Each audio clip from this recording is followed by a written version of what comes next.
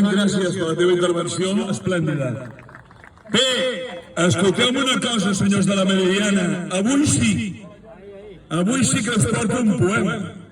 Avui sí que us llegiré el poema, que feia dies que no us llegia, perquè, clar, teníem tota aquella genteta que teníeu per aquí darrere, fotent una cridòria i dient tonteries, doncs no se sentia res. Però avui us faré un poema per aixecar-vos una mica l'ànim.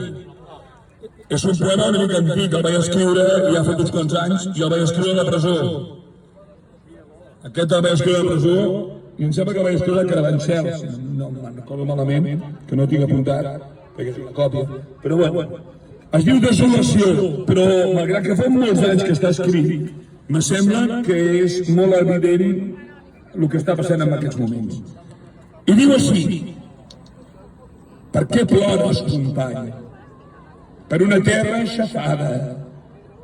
Per què plores, company? Per nostra llengua trossejada. Per què plores, company? Per l'amarga derrota. Per què plores, company? Per la mort d'un patriota. Per la impotència de no poder combatre, perquè el poble no desperta ni lluita per la independència. Pobra pàtria abandonada als arbitris d'una llei estranya, al tarannà d'una llengua de fora, a la impietat d'allò anomenat Espanya. Visca la terra!